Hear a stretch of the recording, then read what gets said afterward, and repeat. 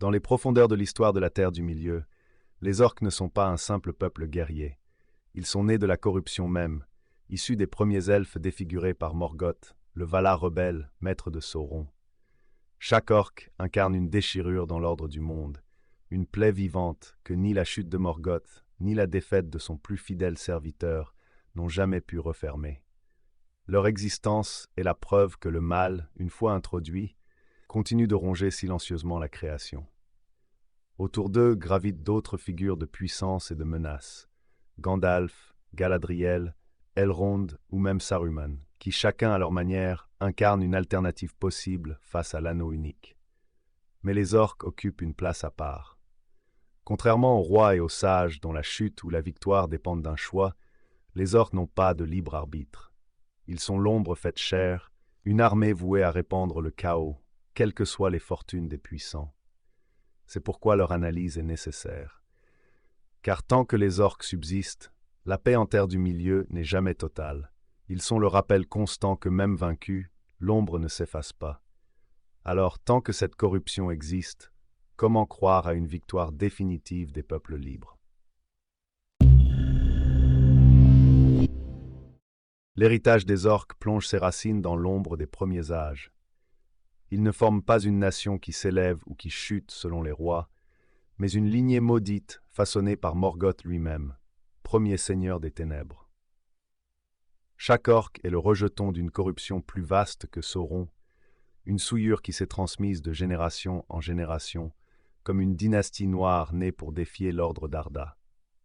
Leur existence n'est pas celle d'un peuple libre.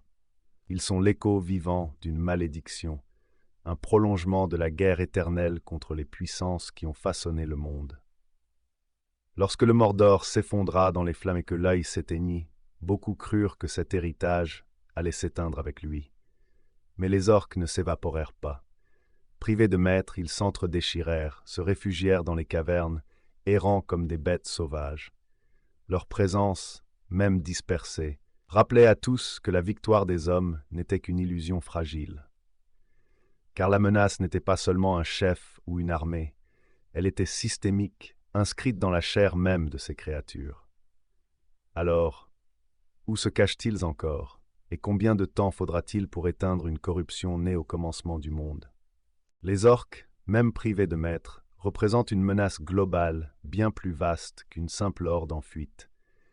Là où un mage ou un roi incarne une puissance individuelle, les orques sont une armée sans visage, une masse grouillante qui se régénère dans l'ombre. Leur danger se comprend en 3 dimensions. Premièrement, l'ombre qui s'étend. Dans les montagnes de brume, les gobelins et orques pullulent comme un poison. Ils ne bâtissent pas de royaumes lumineux, mais infestent les cavernes et gangrènent les routes, rongeant la terre du milieu de l'intérieur, à la manière d'un cancer que l'on croit contenu, mais qui ressurgit sans cesse. Deuxièmement, l'héritage des ruines. Dans le nord et les terres d'Angmar, les orques se nourrissent des souvenirs d'anciennes guerres. Ils ne portent pas de couronne, mais leur simple présence dans ces terres glacées maintient la mémoire des armées du mal, un rappel permanent que l'ombre peut renaître là où les hommes se croient en sécurité. Enfin, la braise sous la cendre.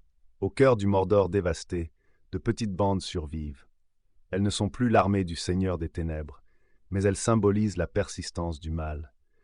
Comme des flammes prêtes à reprendre, elles rappellent qu'une armée sans chef peut encore semer le chaos dans un monde épuisé par la guerre. Ainsi, là où Galadriel, Gandalf ou même Aragorn incarnent des forces uniques et visibles, les orques sont une menace diffuse, insaisissable et donc plus difficile à éradiquer. Car si l'on peut vaincre un roi qui peut prétendre exterminer l'ombre qui se reproduit dans les entrailles de la terre du milieu.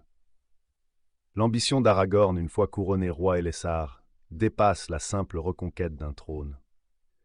Sa victoire est double, asseoir son héritage sur le Gondor et Arnor réunifié, mais aussi libérer la terre du milieu de la souillure laissée par les armées de Sauron. Ce n'est pas seulement l'ambition d'un roi guerrier, c'est celle d'un bâtisseur de paix, d'un homme qui sait que la gloire militaire ne suffit pas si les ténèbres continuent de ronger les frontières de son royaume. Et pourtant, ce noble objectif porte en lui un paradoxe troublant.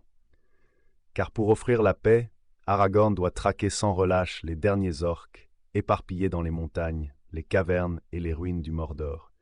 Il doit orchestrer une éradication quasi totale d'un peuple façonné par la corruption. Voilà ce qui rend sa mission si dangereuse. Ce qui semble être une œuvre de justice peut, par son implacabilité, effrayer même ceux qui y participent. Comment distinguer la pureté du devoir de la cruauté de l'extermination? Peut-on vraiment effacer une lignée entière, même née des ténèbres, sans porter sur soi l'ombre de ce choix? Ainsi, l'ambition d'Aragorn devient une diversion parfaite.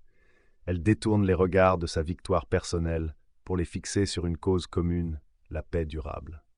Mais dans l'intimité de cette mission, subsiste une question lancinante.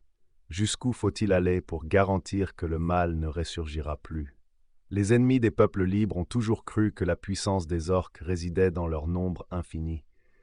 Leur obsession fut de maintenir cette marée noire, de les dresser comme une armée implacable sous la bannière d'un maître unique. Mais en se focalisant sur cette masse grouillante, ils ont négligé autre chose. Les héros discrets, les résistances locales, les victoires silencieuses des Dúnedain ou des Rohirrim, qui, loin des champs de gloire, traquaient et dispersaient ces créatures dans l'ombre. Là où l'ennemi voyait une force stratégique, il ne percevait qu'une armée condamnée à s'entre-déchirer dès qu'elle perdrait son chef. Et c'est ici que l'ironie devient presque tragique. Cette obsession a été leur faiblesse. Car sans Sauron pour les unir, les orques ne sont plus qu'une multitude divisée, réduite à se dévorer elle-même dans les cavernes et les ruines. Leur nombre décline, leur organisation se défait, et pourtant ils ne disparaissent jamais vraiment. Double visage de la conclusion, une lueur d'espoir car leur menace s'affaiblit, mais aussi un frisson d'inquiétude, car l'ombre qu'ils portent en eux n'est jamais totalement éteinte. Alors surgit la question ultime, ouverte, presque prophétique. Et si, dans les âges futurs, les orques devaient renaître?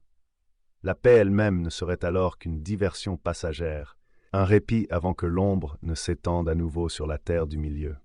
Les orques nous rappellent que le mal ne disparaît jamais vraiment, qu'il se retire seulement pour mieux attendre son heure.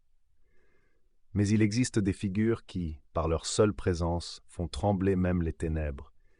Galadriel en est l'incarnation, lumière ancienne, héritière de Valinor, et menace bien plus redoutée par Sauron que les hordes orques elles-mêmes. Et si vous aussi refusez de laisser l'ombre reprendre racine, abonnez-vous et laissez un like. Ainsi l'algorithme ne sera jamais englouti par les armées d'orques. Et dites-moi en commentaire, pensez-vous que Galadriel aurait pu, à elle seule, détruire ce qu'il restait des orques, ou bien succomber à la tentation de l'anneau?